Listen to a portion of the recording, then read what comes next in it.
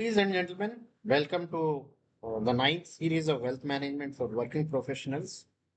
So, in the previous session, we have covered a lot about behavioral finance. We gave an introduction, and then we discussed a little bit about, the story about the behavioral psychology of the markets, and then what churns, how the psychology affects your investments and what kind of a decisions you as an investor has to take.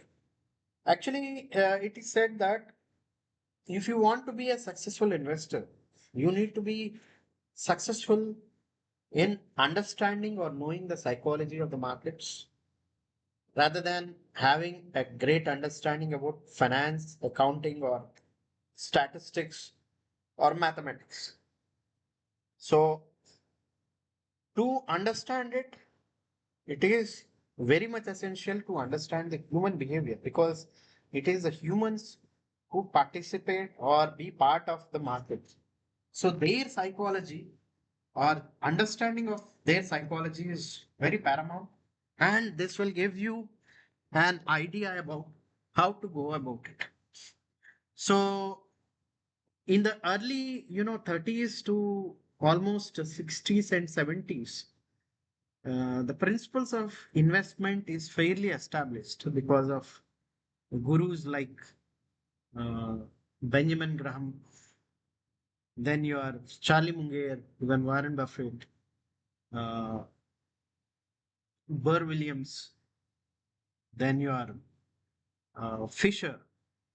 You know, they have propounded certain theories without taking into consideration the human or behavior part of it, with an assumption that all humans tend to take rational decisions. This is the fundamental assumption in all economics, including finance and investments. We assume that humans are fundamentally rational and they take rational decisions. And to the surprise, after 30, 40 years of investment, when the investment principles are fairly established, that is the time when, it was found based on certain studies that not all the investors are making money despite everybody participating in the same market. Why? The reason is because of the psychology. Because we, as a human beings, we tend to behave in a particular way. At times, or rather many times, we behave irrationally. We are bounded by certain emotions. And our mindset is also found to be a herd mindset, herd mentality, where we follow the market trends. And that is where, market punishes us as an investor. And once we lose money, we tend to lose faith in the entire system, in the markets. And once we lose faith, we don't put money into the stocks, despite stocks giving superior, the so-called returns. We all tend to think that stock market is not my cup of tea. So we tend to ignore, go for risk averse kind of investments. Some people put money into fixed deposits, some people into gold, some into real estate. And none of these assets will give superior returns compared to stocks, equities. So the paramount important is to be a successful investor, you have to have an understanding about the psychology of the markets. So this is all about what we have discussed in the previous session. And it is observed that much of what drives people's decision about stock purchases can be explained only by the principles of human behavior. The market is, by definition, collective decisions made by all stock purchasers. It is not an exaggeration to say psychological forces push and pull the entire market. You need to understand. It is the psychological forces. It may be greed, it may be the so-called fear. These are the two psychological forces that push this entire market. So, irrespective of the market forces, demand and supply, and performance of individual companies or industry as a whole. So, you need to understand this and apply these principles in your investment decisions.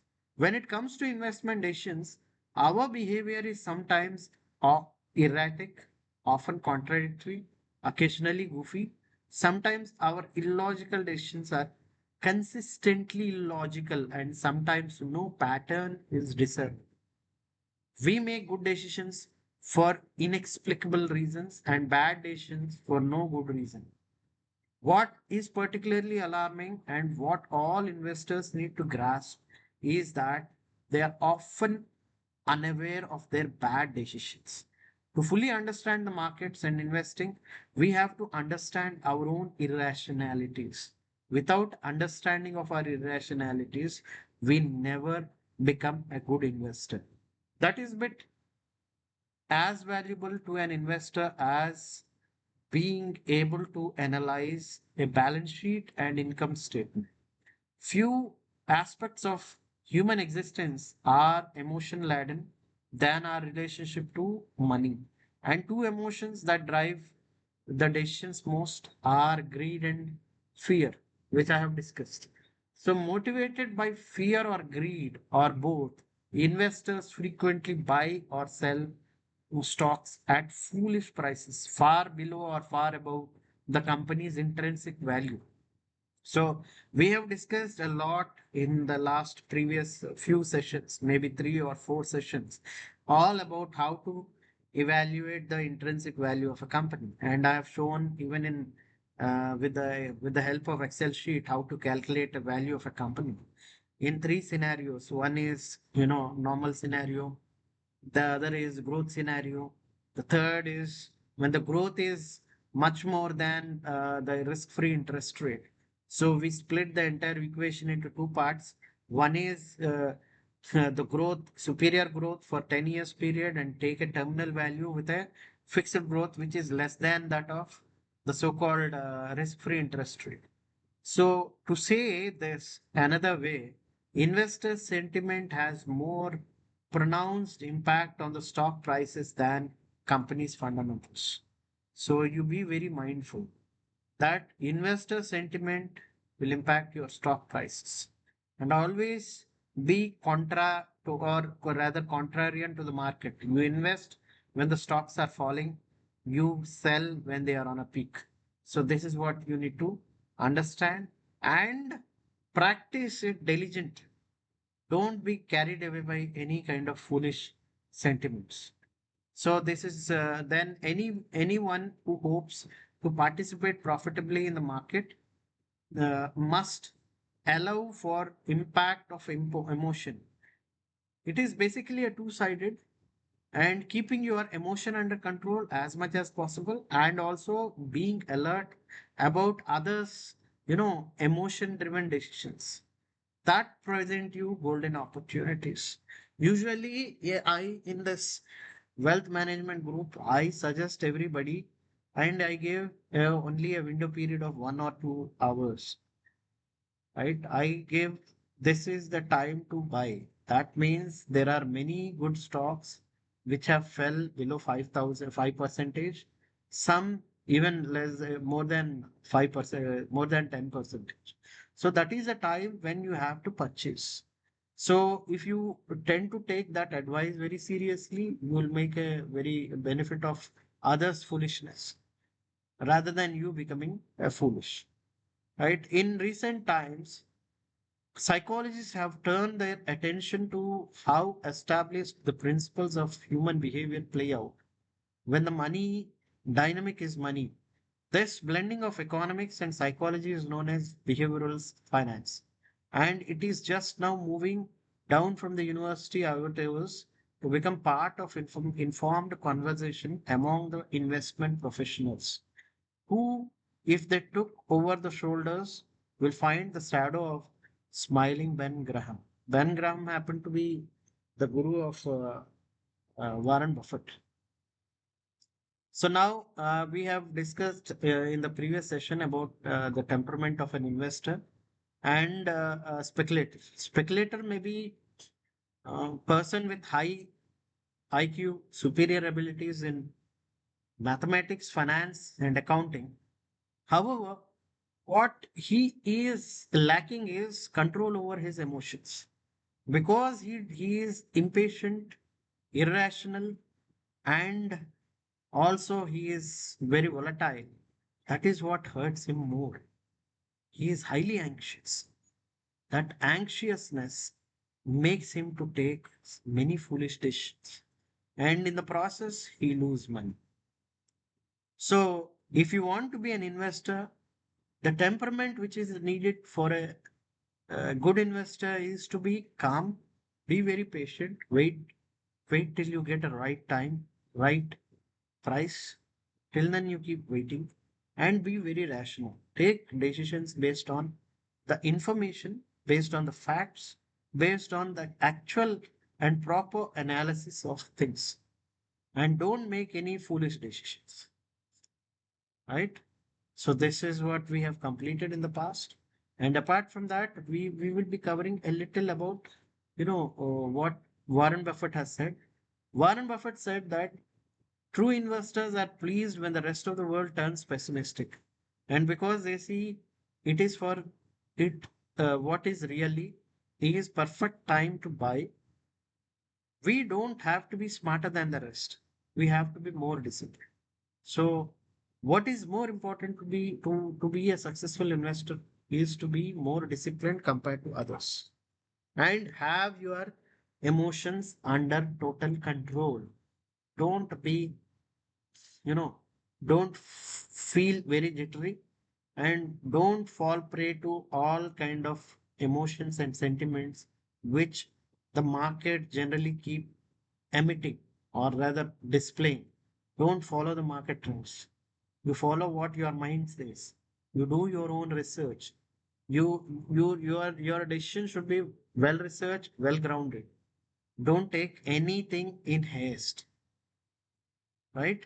And the most common cause of low prices, pessimism is what causes very low price. That is what is an opportunity for a smart investor. Smart investor has to take that as an opportunity and purchase it, purchase stocks at cheaper price, cheaper valuations, hold it.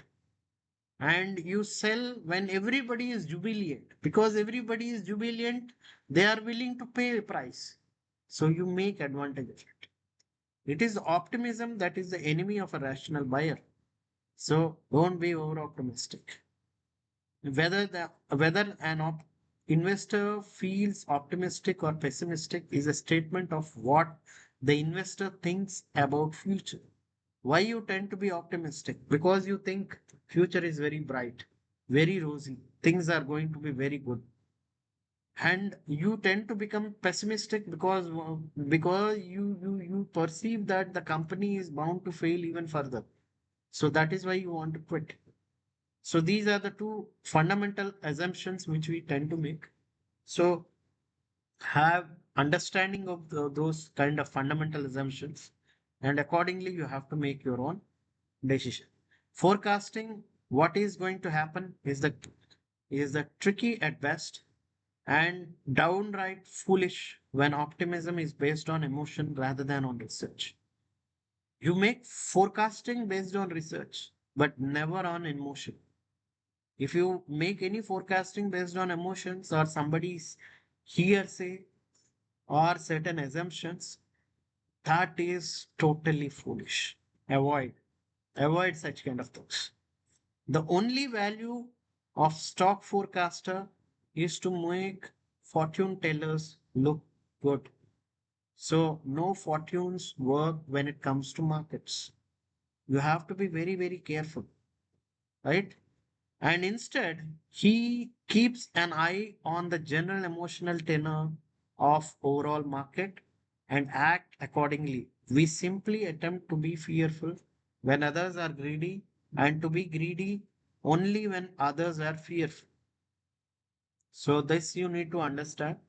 You always be greedy when others are fearing, and be fearful when others are very good, right? And the behavioral finance is pioneered by Charlie Munger, as we have discussed. He happened to be a pioneer. So he is the one, he is the guy who has given this, having understanding about law, finances, psychology, mathematics, all these things, person having multi-dimensional understanding of things. So he was a person who pioneered understanding this behavioral investment, and he made perfect decisions at the right time. That is what Warren Buffett got deeply ingrained or influenced by Charlie Munger in this contrarian view. So anyway, behavioral finance is now one of the very, you can say, upcoming or very important area of economics, which is taught now at every university, or almost in all the syllabuses throughout the university curriculum. You find this behavioral finance part, which is pioneering work of Richard Thaler from University of Chicago. So, observing that people most often make mistakes and illogical assumptions when dealing with their own economic, financial affairs, academics, including Thaler, began to dig deeper into psychological concepts to explain the irrationalities in people's thinking. This is what set motion for behavioral finance. And it's a very interesting subject, and we all have to have a deeper understanding of this. Now we are discussing about very interesting aspects of behavioral finance. One of the first thing which comes to in this particular area is related to overconfidence. Several psychological studies have pointed out that the errors in judgment occurs because the people in general are overconfident. So where we exactly make mistakes, why we fail, and what are those irrationalities that lead to taking wrong decisions? The number one reason is that of overconfidence. Overconfidence is basically, it is defined as a kind of a uh, you know area where people tend to overassess their own abilities, their own decisions, judgments, not based out of any uh, you know sort of rational or fact-based information. Rather, it is their assumption. They what they are doing, and their abilities are much far superior compared to others. This is the first fallacy or first irrationality we as people are bound to have it.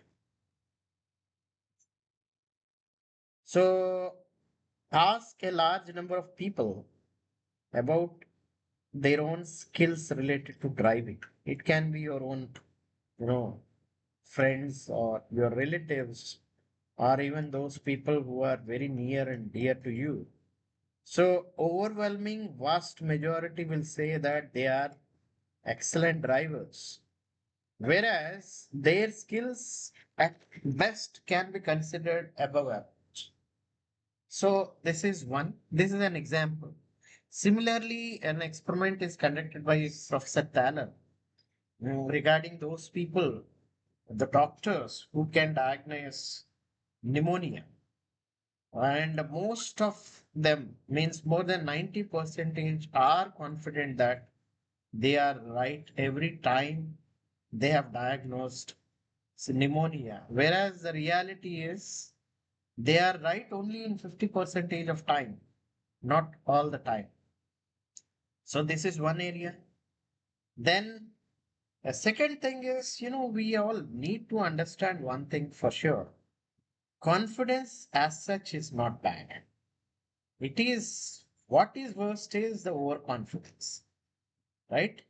Overconfidence stems out from our own mistaken belief that we are superior to others. We can never be wrong because the biases keep on creeping in. We tend to think we are better compared to others.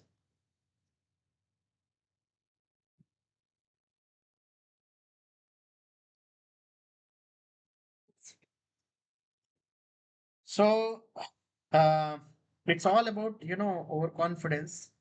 And actually, the overconfidence is the one which will be highly damaging when it is applied in your own investment decisions.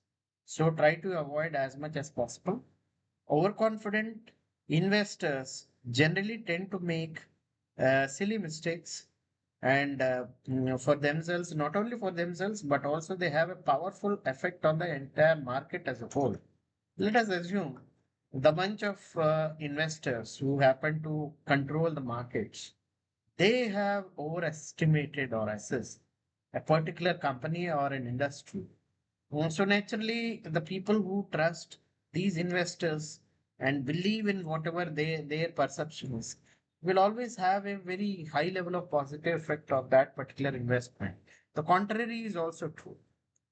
So people who think that their particular company is not performing and that is being circulated among the investors, naturally they will have a very negative opinion. Many of the people will try to sell off, and then that will have a kind of a cascading effect or a domino effect over the entire market, and finally they'll end up losing more. So actually, such kind of opportunities will give you a better, this one, better opportunities, especially the negative ones, because that is a time when a good stock will fall in prices. Once the prices fell down, that is the time when you need to invest. And overconfidence explains why many investors make wrong calls, and they too have much confidence in the information they gather, and they think they are more right than they are actually are. If all players think that their information is correct and they know something that others do not, the result is great deal of trading. So what they tend to do is people whosoever are in that such situation, they tend to think that the information they possess is very correct, and this kind of information is not available with others, so they tend to influence the markets. So that is the reason why what I suggest is never go by what other people think about a particular thing. You make your own, have your own assessment, make your own judgment. Don't go by what most of the people say. So you be very careful about that aspect as well. Then now comes is very another very important irrationality is overreaction bias. Thaler pointed out to several studies that demonstrate people put too much emphasis on a few chance events, think that they spotted a trend. Actually, this is what is likely to happen and bound to happen. What some people tend to do is they tend to say that they spotted a particular trend in the entire universe, and only they are the ones who have that ability or superior ability in identifying it, and they tend to make certain silly decisions. And maybe if they are influential people, naturally they influence more number of investors, putting money into a company which may not be even worth it, and finally all the people who trusted such kind of investment, they are bound to go wrong. The opposite is also true. And in particular, the investors tend to fix on why it happens, that is being beautifully explained in this particular line. That in particular, investors tend to fix on most recent information they receive and extrapolate them, and then the last earnings report thus becomes their mind in their mind a signal of future earnings. Then they believe that what they see, what others do not, and they make quick decisions from superficial reason. So what do they do is whatever this is also called as recency effect, because whatever the recent uh, the so-called financial reports, that becomes a guide for them to make a decision. They think that yes, they have spotted a particular, right opportunity in a company. Suppose a particular company has suddenly, increased their the so-called quarterly results, and both their revenues as well as the so-called profitability has grown much more than the general trend of say a few quarters or even years. So naturally they will be in a kind of a impression that this company is going to give them more returns. So, and it is bound to grow even more further. And they think that only they got that particular ability to, spot that rare opportunity. They tend to make a quick decision and they think that yes, this is the opportunity, and you put the money, and this is where we are going to make money. So that is how they tend to take such kind of a, stupid or a kind of a foolish decision based on superficial reasoning, without going into details about the entire industry, and then what is its usual performance, what are the reasons for such a jump in that particular profit booking, what are the, is there any extraneous factor or some some sort of extraordinary item which led to such kind of a growth, or some payments which were very long overdue that got materialized, or so on and so forth. They have to make such kind of an analysis. If they don't make it, naturally they tend to believe that yes, they have spotted a rare opportunity, and based on superficial reasoning they put money into it, and finally they lose that money as well. So overconfidence is at work here, and people believe that they understand the data more clearly than others, and they tend to interpret that it is to be better. But there is more to say. Like, see, overreaction generally accentuates overconfidence. So, what you tend to overreact to a particular piece of information, that also increases your overconfidence. That is very dangerous, deadly content. Overreaction with overconfidence. So, and that is bound to fail in time to come. The behaviorists have learned that the people tend to overreact to bad news and react slowly to good news. Psychologists call this as overreaction bias. So, there is a bias even within that overreaction also. We tend to overreact to bad news than to a good news. So, thus, if the short term earnings report is not good, typical investor response is abrupt, ill-considered overreaction with an inevitable effect on stock prices. So you better avoid. Never try to overreact to any temporary, situation where a particular quarter, there may be, every company, every person, they all go through thick and thins. So a bad performance at one particular time is not an indicator that that will be a benchmark for their future performance. So you always be wary of such kind of things. Whenever a particular company is, publishing a bad result, that does not mean that the company is going bad. You have to wait till the entire trend is established. You have to dig deeper why that bad result has come. What are the reasons behind it? Only after a carefully studied or rather researched information, you cannot jump on to any particular conclusion and take any stupid or foolish kind of a decision. So Thaler emphasizes on short term as an investor myopia. He called this as investor short-sightedness because they tend to react and jump to a small negative news rather than seeing a bigger picture, and believes that most investors would be better off if they didn't receive monthly statements. Yes, this is also absolutely true. So you being an investor, you better don't go through the statements which generally a company keeps sending you. So the more you read, the more confused, the more negativity it will be in your mind. So finally, it'll have an effect on you in the overall, and finally you lose money into it. In a study conducted with other behavioral economists, he proved his idea in a dramatic fashion that he has conducted so many experiments, and finally he had proved how this particular overreaction bias keeps on happening by conducting certain experiments, which I'll be discussing in the next slide.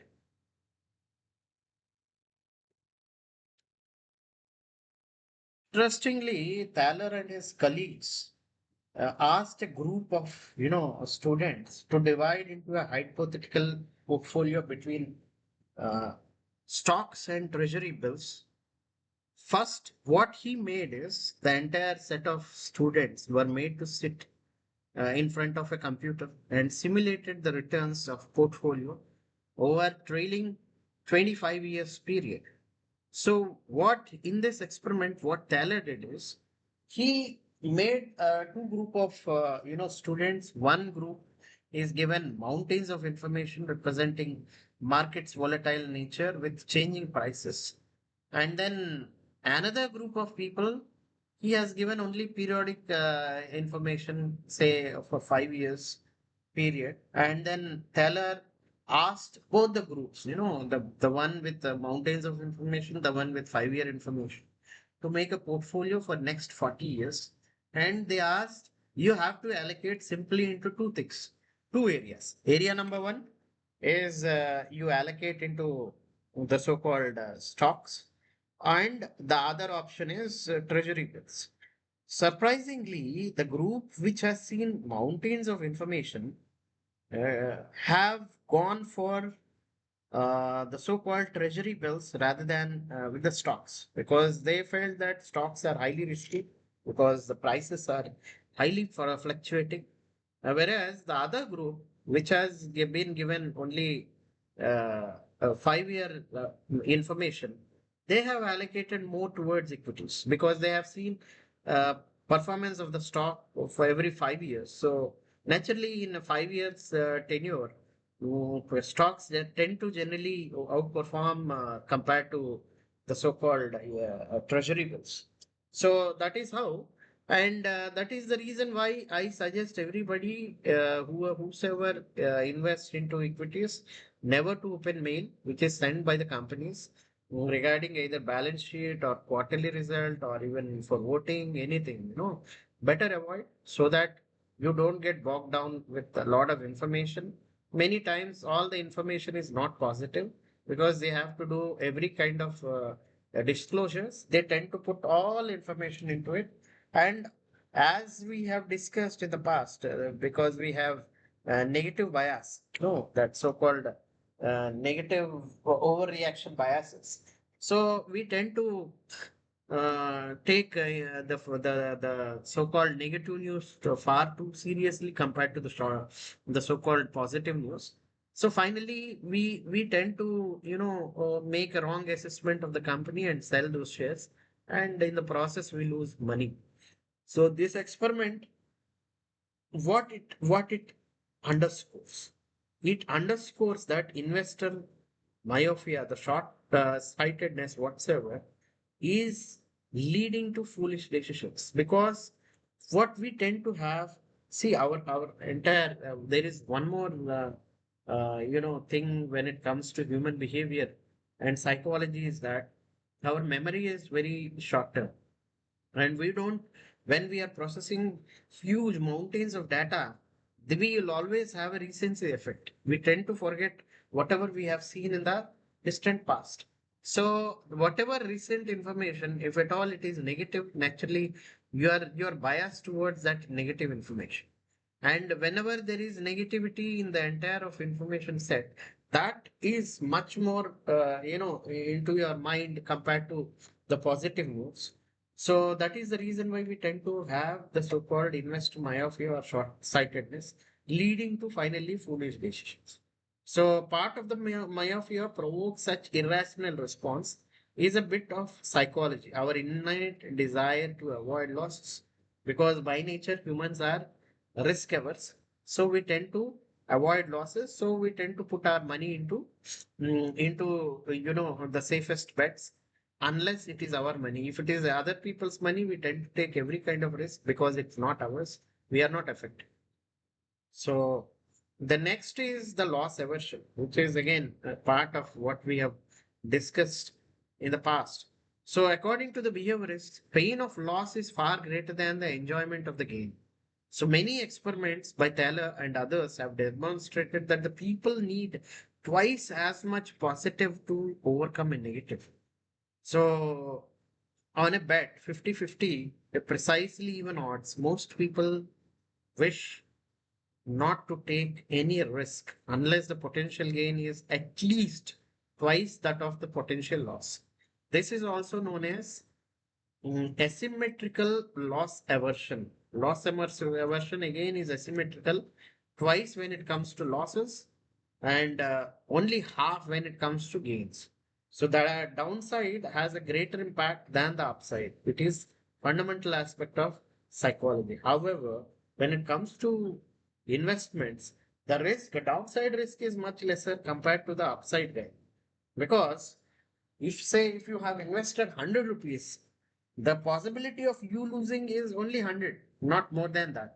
But when it comes to benefits or gains, it can be anything. It can be 100 rupees, it can be 200, it can be 10,000, 20,000. So there is no limit. Upper limit is not there. So that we need to keep in mind. If you are into, investment, never think a company once it has got say 100% profit and beyond it won't work. So that is a foolishness again. Companies will keep growing. If you have picked up a right kind of company, naturally it will give you much better returns compared to any other companies. So there are in my portfolio at least 10 stocks which are giving more than 100% returns. So I'm not selling them because I'm not in a hurry. And don't be in a hurry to rush or to sell anything. So the aversion to loss makes investors unduly conservative at great cost. We all want to believe that we made a good decision. So we hold on to bad choices far long in the vague hope that things will turn around. And there is an excellent saying in this particular thing, like uh, uh, Peter Lynch, who happened to be one of the great investors of all time, he said this particular phenomena, like, many a times what we tend to do is we tend to book profits in those companies which are giving you profits. And then once say you are a short-term investor, you think that yes, I'll quit a company whenever it gives me 25 percentage or 50 percentage or 100% returns. And then actually those are the companies which are in a bull run and which are going to outperform, and they are multi-bearers. We assume that it has limits, it has reached its upper limit and it is bound to fall in time to come. So we tend to quit, we tend to book profits in such good companies. Whereas we stick on to bad companies, bad choices. Even though they are going down, then we think, okay, let me even off, let me, sell it once I make profits. That profit making is uncertain because you have chosen a very bad company. And I made a lot of mistakes. I invested into many companies which gave me a lot of losses. Finally, uh, I realized that I made a foolish decision in sticking on to the wrong kind of companies, and I sold. I booked somewhere around 13 lakh losses. Finally, I came out and I have corrected my portfolio. The moment I have corrected my portfolio started performing very well because I have sold loss making companies. Great investors book losses, they don't book profits.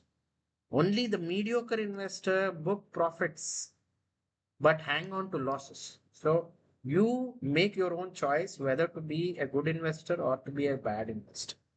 By not selling our losers, We never have to confront our failures. But if we don't sell a mistake, you are potentially giving up gain that you could earn by reinvesting smartly. So you need to understand and also understand one more thing. Yeah, all the losses are carried forward for 8 years. So taxation wise also, these losses can be booked against your potential profits which you will be earning in time to come. So act very smartly. Book profit only when the company is into consistent, you can say, a downtrend.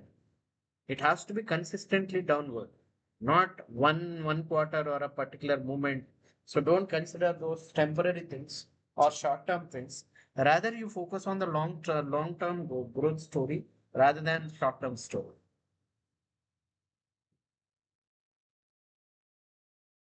So another phenomena which we tend to make is something called as a mental accounting. Mental accounting is, we tend to make a different kind of accounting for different kind of books. So it refers to our habit of shifting our perspective on money surrounding circumstances change. Uh, we tend to mentally put money into different accounts and determine how we think about using it. For example, whenever you say you you wanted to pay money and then you checked your wallet and you found that the money you thought you have put into your wallet is missing. So what you do is you go to the nearby ATM and then withdraw money and then pay it. And later on returning back to home, you found back the money. What would you do? Usually the observed trend is you tend to think it as a lost money, which is a kind of a free money. So you tend to spend that recklessly. The same thing is applied with your money by your spouse, by your children or anybody, because for them it is not their hard earned money. For them, it is an easy money. Whenever it is an easy money, they tend to overspend because it's not theirs. They tend to take it in a very different perspective. Suppose if they earn the same amount of money, their accounting or mental accounting is different. That is the reason why I say, when it is your money, you will never lose. You will never want it to lose. But if it is somebody else's money, you don't care, even if it is lost, because it's not your loss. You tend to be very risky, right? And then next, the aspect or the so-called irrationality is risk tolerance. Risk tolerance, as we all know, it is the tendency of people to take more risk. In the same way as, strong magnet pull together pieces of metal, your level of risk tolerance pull together all the elements of psychology of finance. And it is simple as it seems, people behave differently to different kind of markets and different kind of risk perceptions. Propensity to take risk is connected with two demographic factors. What are those? Number one is gender, the other is age. Females generally tend to be risk averse compared to the males, and young people are most most risky because they are young and they have a lot of age to go and to make up, whereas old people tend to be risk averse.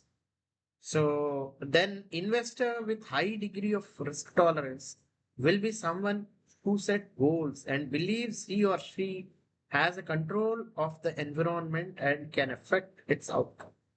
So risk tolerance comes with a great belief or confidence in somebody's ability to recover, recoup whatever is being lost. That is the reason why they tolerate any kind of losses. But whereas on the other hand, those people who don't have that belief that they can recover back the lost amount, they tend to be very, very risk averse. And they tend to be, they have very, you can say, they are poor at goal setting or even they have a limited goals.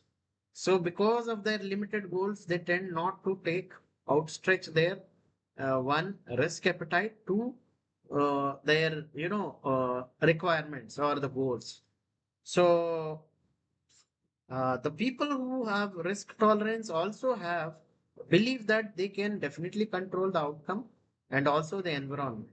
They are the ones who have generally they are the ones who know much better, or they can make a better judgment compared to others.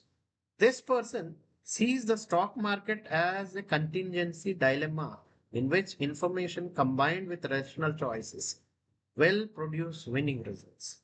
So that is how the risky investor tend to take the so-called stock market as a contingency dilemma, and they combine so much of information. When you for taking a right choice, you need to take a lot of information. At the information, once you have it, you will have so many alternatives and so many scenarios will be built, and your choice is based on what kind of winning a choice which you will be making. Those you will get you only try to go for a winning choice rather than something that gives you lesser return. Generally, it is observed almost everybody in the world would always prefer any investment which gives better gains. So this is the human psychology demonstrates that the market values are determined not solely by aggregated information, but also by how human beings process the information. That is very key. Why people tend to behave, take different kind of information, different kind of decisions is because the way they process the information. Why people tend not to take risk is because they cannot process information the way it has to be, or they lack something called as comprehension or understanding about the markets, about the company, about the stock, about the price movements, about the future. So that is the reason why they are very very risk averse and they don't want to take any kind of a risk.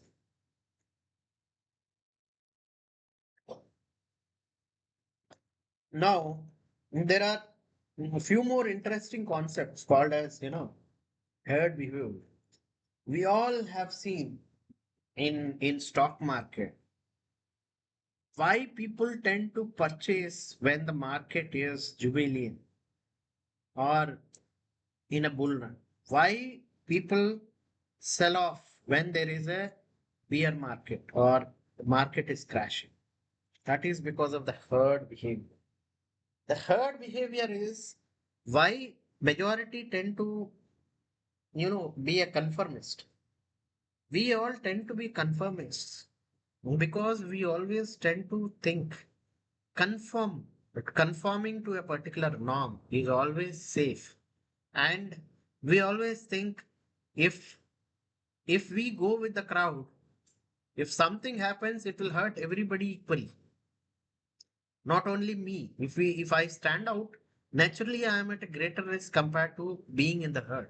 So that is what pushes people towards herd behavior, and we tend to see a kind of a uh, the so-called trends, whatever sale price momentum trend or say the volumes trend. So all these volumes trader or the so-called momentum traders or technical analysts, they tend to see the trends. Depending on the trend, they take decisions. They don't take decision based on fundamental research. That is the reason why the momentum traders are not very successful unless they are backed by something called as a superior understanding of fundamentals. If they add technical analysis with fundamental analysis, they are going to make best out of it. If they are only basing their judgment on technical analysis, naturally you are not going to make any money.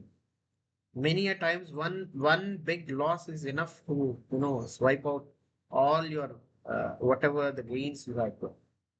So in the past, I used to have one guru. Mm. In 2007-8, when I was in NF Railway Guwahati, so he used to teach me a lot about so-called technical analysis, making chart, making analysis, and when to enter, when to exit. And by then he made a trade of somewhere more than 5 crore. I asked him, what is whether did you make any profit or you are into loss? He said, though I made a trade of 5 crore, I never, made any kind of a profit. Rather, I got, whatever the losses and profits got evened out. But still, he kept on continuing doing trading because he said it's okay, but it's a matter of experience. So I'm just enjoying this particular thing. So I'm doing this so-called intraday trading. So anyway, so what I suggest is never to go by the herd behavior or to go for purely only technical analysis without having any understanding of fundamental analysis. And then there is something called as an emotional gap. This is another, the so-called, uh, you can say, the irrationality.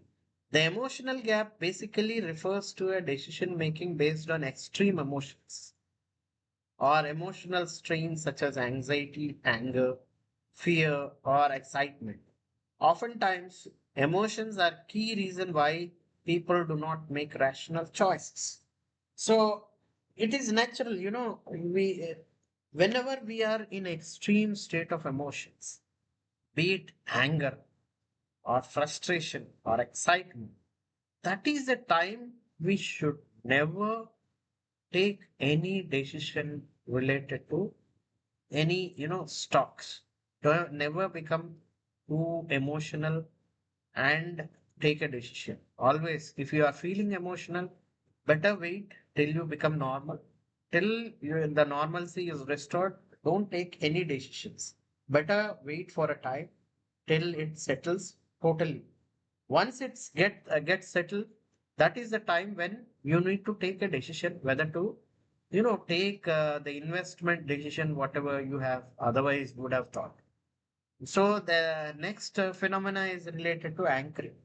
Anchoring is basically, attaching a spending level to a certain reference. For example, examples may include spending consistently based on budget level or rationalizing spending based on different satisfaction utilities.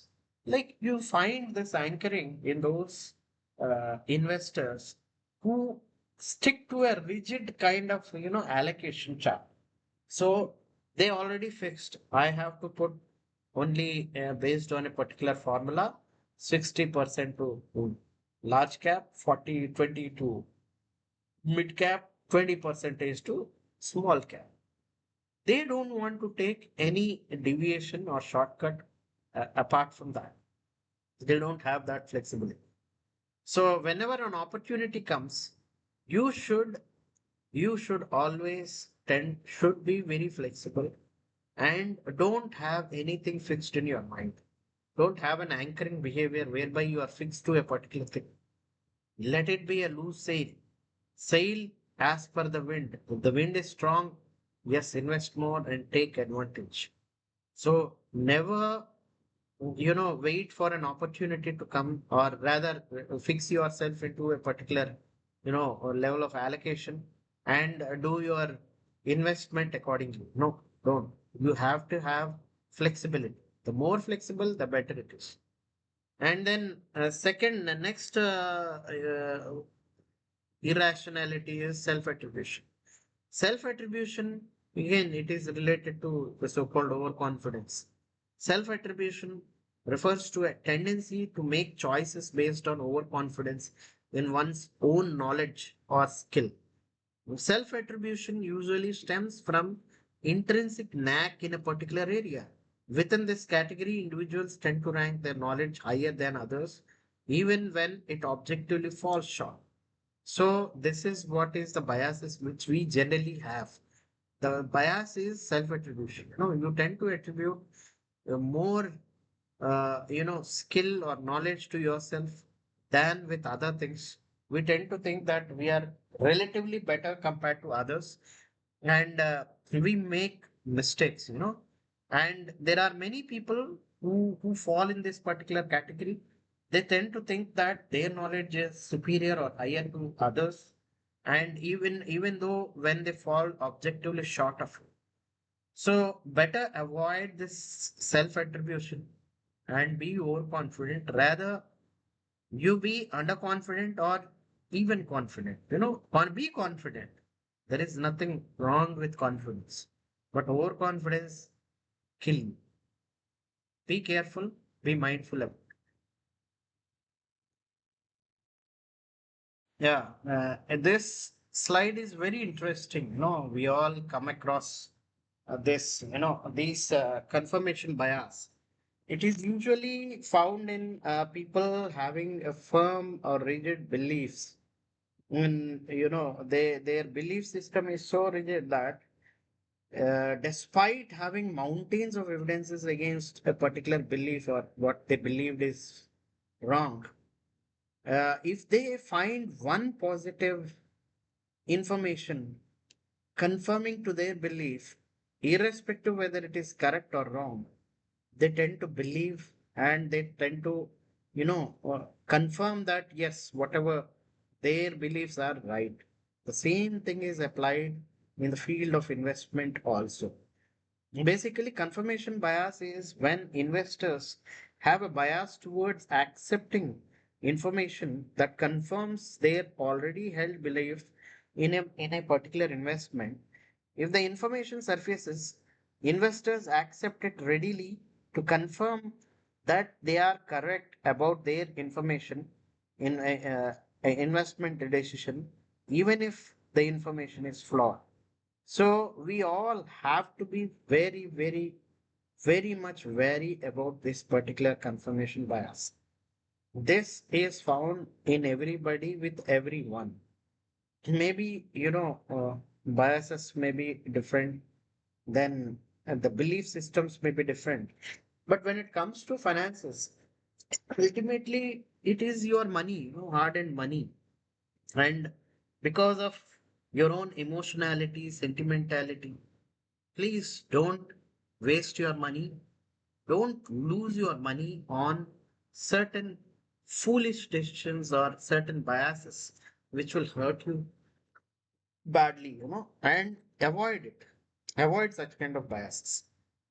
It's better to avoid rather than conforming to such kind of biases and later regret your decisions. So once your wealth or money is lost, you cannot recoup or regain uh, just because of your stupid kind of decisions. So be very, very careful. Be mindful about such kind of decisions, and apply it in other things, other non-financial kind of things, maybe politics, religion, all these kind of things.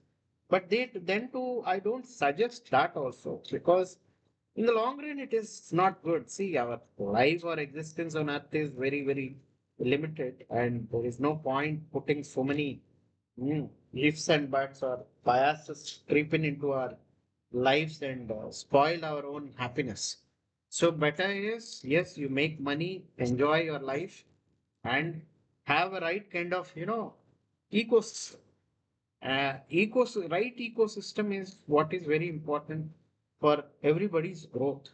So whenever you find right kind of ecosystem, better enjoy, be part of it rather than going against such kind of a thing. Now comes is the experiential bias. An experiential bias occurs when investors' memory of recent events make them biased or lead them to believe that the event is far more likely to occur. For this reason, it is also known as recency bias or availability bias. For example, suppose in this particular example, I've given the example of financial crisis of 2008 and 9 that led many investors to exit the stock market.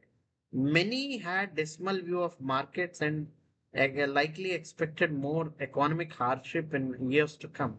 The experience of having gone through such a negative event increase their bias or likelihood that the event could reoccur. In reality, the economy recovered, the markets bounced back in the years to follow. This is the fact also. See, many those people, they have a very limited viewpoint. Also, since we have discussed in the past, like that we tend to overreact to negative news.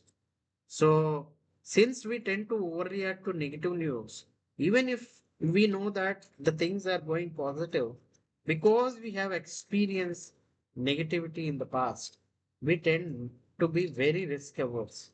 By nature, we are very risk averse, so we tend not to make the same mistake. And many times, they by regret because of this particular experiential bias. Later, we enter, and at a very later stage, again we commit a mistake, entering at a wrong time and purchase at a very high price, paying heavy money. Again, we go into the same similar experience. Finally, we quit putting money into markets. So better avoid such kind of a behavior. Understand that you have to come out of this experiential bias. Before that, you need to make a study. You need to understand why your investment went wrong. What went wrong? What is the reason? Where did you make a mistake? Is the timing wrong? Is the timing of entry wrong? Is the timing of exit wrong? Or the selection of the choice of investment is wrong? Or the companies are wrong? All these sort of questions you have to keep putting, and then you have to understand, make an analysis, learn from your mistakes. See, even I had bad choices, bad experiences. I invested initially between 2007 to 8, 9. Then I sold all my stocks in 2011 to during when my sister was getting married. Again, I re-entered in 2016. Again, I stopped quit around 2018-19 when there was the so-called mid-cap and small-cap crash. Then again, I have re-entered after the recession, the so-called COVID has come. Then I made some money that gave me more confidence about me picking up right kind of a stocks.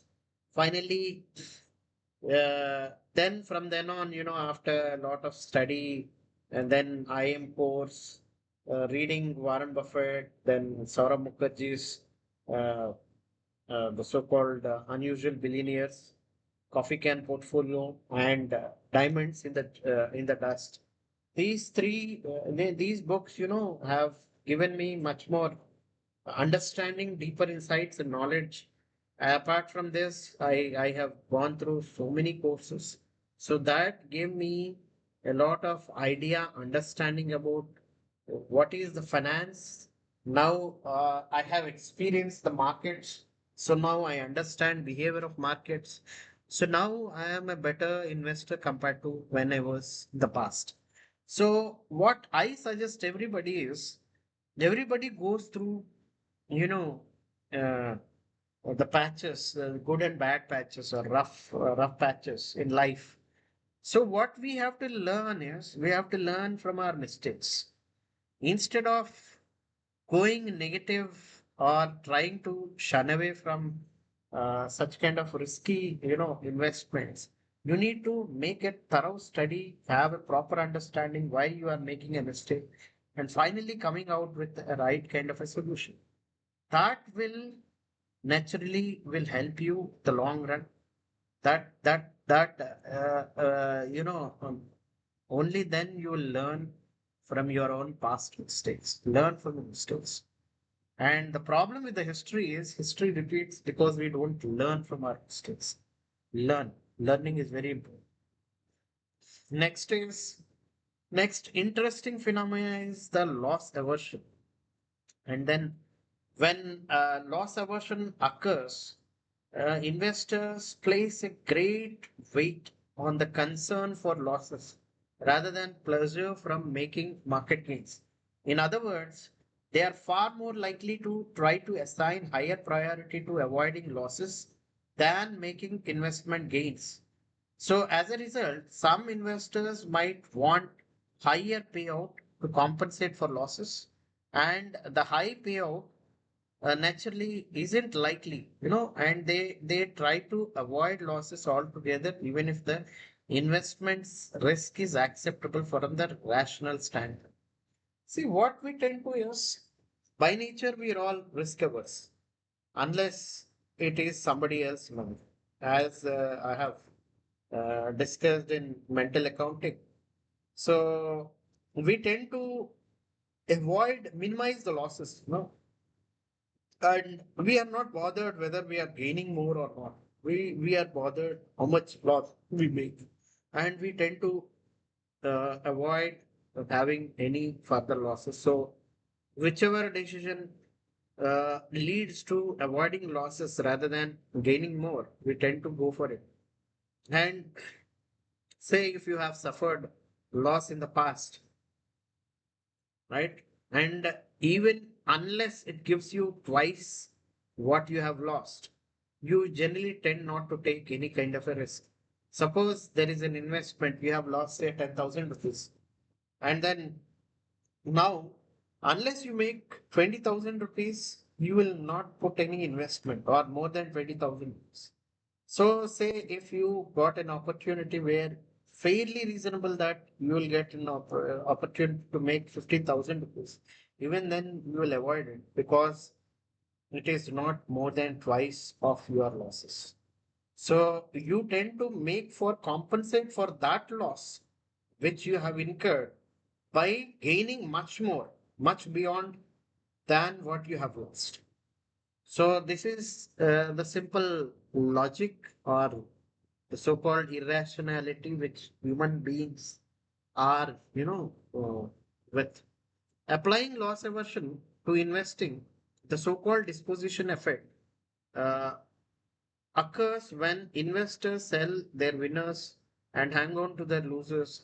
Investors thinking is that they want to realize gains quickly. However, when an investment is losing money, they shall hold on to it because they want to get back even to even or their initial price.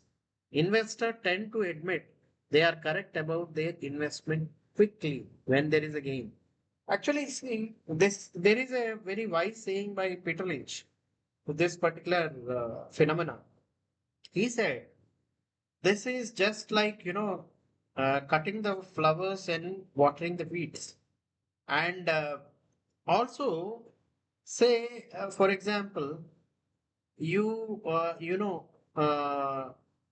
suppose you have invested some 5 years ago in a particular company, it's still making losses, and then you don't take into consideration whatever the effect of inflation. Say because of inflation during 5 years, the value got depreciated by 42 percentage.